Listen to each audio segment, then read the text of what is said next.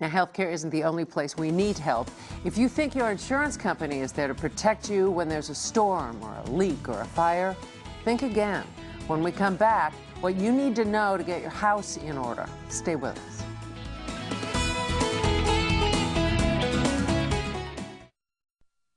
You pay your insurance bill on time, assuming you're covered if a natural or man-made disaster should harm your home. The advice of our next guest: never assume. Mark Hauser is a licensed insurance adjuster and author of the book Getting Your House in Order, and he's here to share the secrets insurance companies don't want you to know. And I think there are many of them. I've never had a good experience with an insurance company, and clearly it's because I really don't know how to beat them at their own game. What you need to do is, the problem is that most people assume that their policy works like an auto policy, so they don't want to use it. They feel that they're going to be canceled or non-renewed, and they really can't be if they know the policy. But as I told you in the green room earlier today, that actually happened to me. I was canceled because I had to use the policy for something that collapsed through my ceiling. So obviously I didn't know what I was doing. Let's talk about how to beat insurance companies at their own game. You say, first, know your policy and what it covers. Right. I was covered for water damage. Well, the main thing is that most people don't know what kind of policy they have. There's either HO1, HO2, or HO3, or in your case, it was an HO6 for a condo. And each one has different types of things that actually can be used as far as perils in each one. HO1 is all named perils, named perils from HO2. Then have an all-risk policy. But when you look in the policy, it doesn't tell you that it's fire or anything else. It just says if it's not excluded, it's covered. So it's an understanding. But how do you know what that means? Read my book. Exactly. That's what I need to do. Okay, understand the scope of the claim. What do you mean there? Oh, well, actually, when you have to know everything that's going to be involved with the scope. I had a client that actually came to me, and he had his son had ran into his siding, and it was an all-risk claim. And the adjuster came out, and he basically said, "Oh, well, I'll pay for all the paneling and everything else." And then the contractor came out, and he goes, "Well, today we have to take out the ceiling," and then I get to the paneling the next day. He says, "Ceiling? I didn't get paid for the ceiling." He says, "Well, look, the ceiling goes stops and goes over top of the paneling. I've got to take that out before I can do the other one." So you have to know what's going to be happening, what needs to be done. What's it's actually going to cover. Right. Right. Okay. Put together a proper estimate. Now, do you mean by the contents of your home in terms of a proper estimate? No. When contractors do an estimate, they bundle everything together. You'll see like 1, 2, maybe 3 lines, and then a total.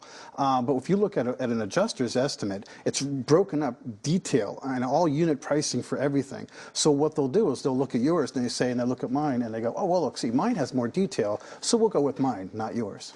Oh, contact your insurance company. A lot of good this did me. What help is that? Well, the main thing is that you don't want to contact them until you're prepared. The problem is too many people just automatically contact them without knowing exactly what's going on, without having a battle plan. I was watching Marianne earlier, and she was actually doing all this detail, getting ready for today's show.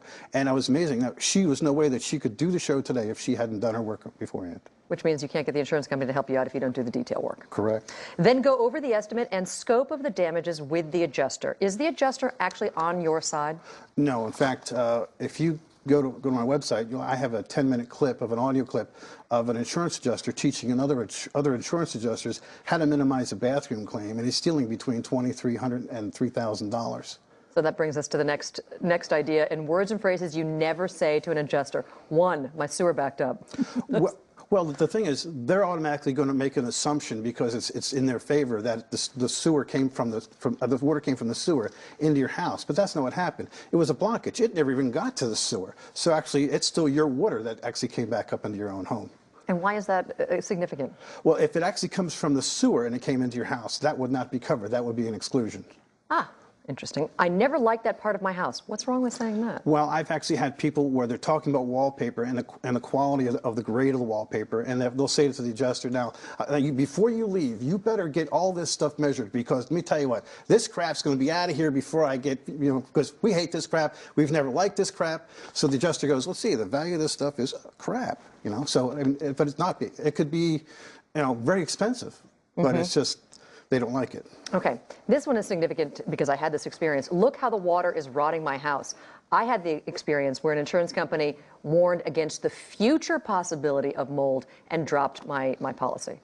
Well, using certain words like rot. Rot would not be covered because everything has to be sudden and accidental. It's not really rot, it's actually water damage. The terminology is what you need to know. So water damage is okay? Yes. Interesting. It wasn't for me. I think insurance companies make up the rules as they go along these days. Yeah, they do. And to give you an idea, there's certain things that are not in your policy, but are their terminology. They could say, like, you're looking at a roof, and they could be saying, well, I'm only going to pay for this slope because of the line of sight. And I'll sit there and go, okay, I've got the policy in hand. Show me where line of sight is in the policy. And they go, well, I said, then don't bring it up. There's a lot of those kind of words.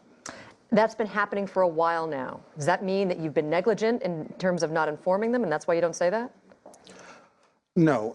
The main thing is that people don't know, so they say the wrong things. One of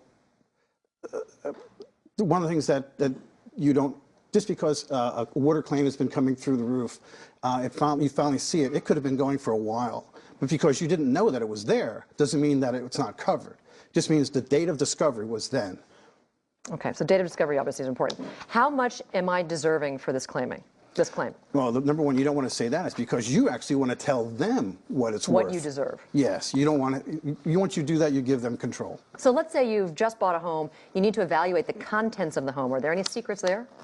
Yes. Well, number one, you need to be able to properly photograph everything in your house. A wide angle is a great way to do that. Don't use a video because video is very hard to look at afterwards. The second thing is you want to get every single thing in your home and actually list it and give it a low, medium, or premium value for everything. At least have that in down pat. And I mean everything from the underwear all the way up, because everything has to be replaced if you have a major damage. Okay, some good advice. Getting Your House in Order is the name of the Homeowners Manual by Mark Hauser. Thanks for coming in. Thank you. Mary Alice?